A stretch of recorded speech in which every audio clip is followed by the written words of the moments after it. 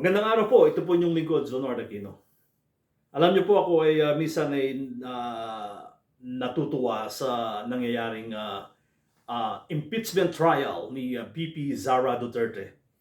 Akala po ng sambayan ng Pilipino, si De Lima lamang at si Luistro ang napakagaling na abogado kapag sila ay nagsalita, kasama na rin si Jokno. Kasi ang galing nilang mag-English, talagang pag sila yung nagsasalita na walang umaharang ay talagang napakagaling. Buti na lamang nagkaroon ng impeachment trial. Ako po ay hindi ko rin alam na napakarami palang matalino at napaka-smarting mga young generation lawyer dyan sa Pilipinas. Ako po ay believe sa defense lawyer ni BP Zara.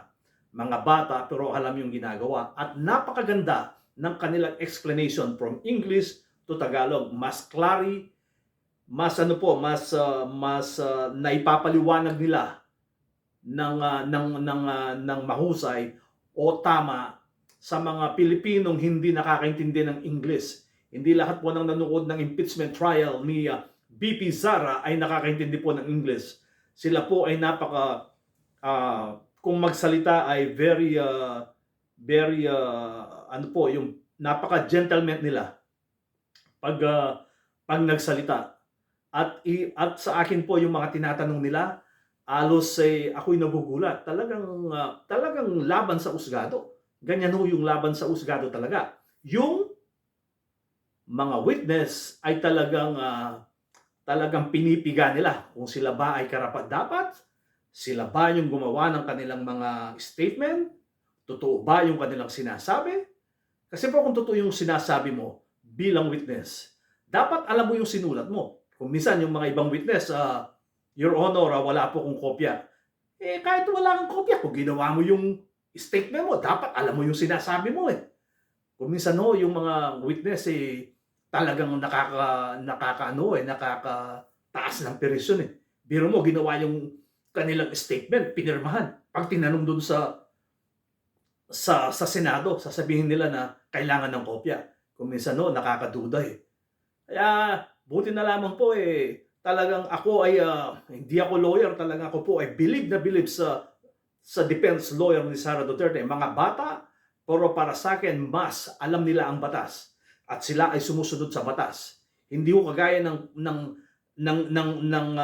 panig ni na De Lima, ng panig ni na Luistro, puro pagalingan lang at pag nagsalita akala mo talagang pinokpok na ng hukom na sasabihin na Sara Duterte, guilty po siya. Wala na po siyang karapatang lumaban sa usgado. Kasi po, ganun ang aking pananaw eh. Sana po maging parehas kayo. Talaga po ako'y galit na galit kung minsan eh. Hindi Luistro, hindi De Lima lamang, hindi po yung depensa ni na Jokno, kung sino pa bang kasama ng mga lawyer ni na Luistro, akala nyo kayo lang magaling. Kung tutusin, kayo ay napapahiya eh. Kayo ay nagkaedad na. Ewan ko kung nag-practice kayo, hindi kayo nag-practice. Nag-practice man kayo, ewan ko sa inyo natutunan yung inyong kagalingan sa pagdating sa batas. Itong mga young generation na depensa ni BP Zara, talagang makikita mo, by the book sila. Sinusundan nila kung ano yung nakasulat sa saligang batas. Pero kayo kung minsan yung sinasabi nyo wala naman sa saligang batas. Akala nyo kung marunong kayong mag-English, lahat ng Pilipino naniniwala sa inyo. Hindi po ganun.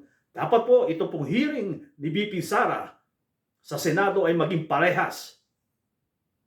Abogado man kayo, nasa Senado man kayo, kung sino man, dapat po maging parehas kayo nang matuwa naman ang sambayan ng Pilipino sa inyo.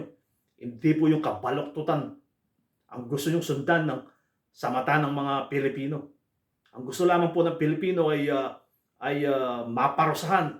Totoo ba yan? Hindi totoo yan.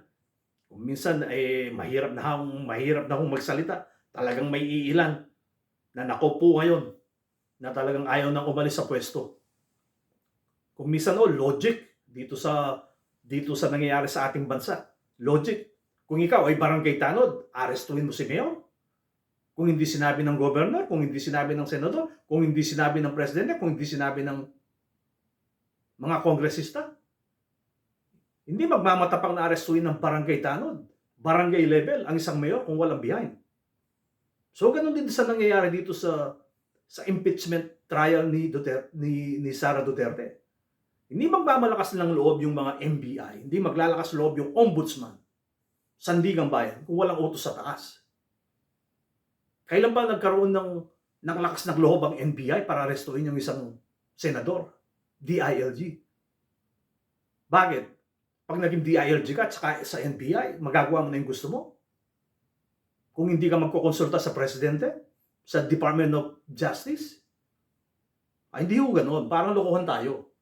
Usually, ang nangyayari dyan, bago kayo gumalaw, tinatanong nyo kung sino man ang taong behind sa inyo. Kaya malakas ang loob nyo dahil alam nyo may backup kayo. Pero tandaan nyo, temporary lang yan. After BBM, kung kayo mga appointees kayo, after BBM, kung sino man yung maging susunod na presidente, wala na kayo sa pwesto. So kailangan, hinay-hinay lang. Baka after that, kayo naman ang mabilanggo, kayo naman ang ma-Senate hearing.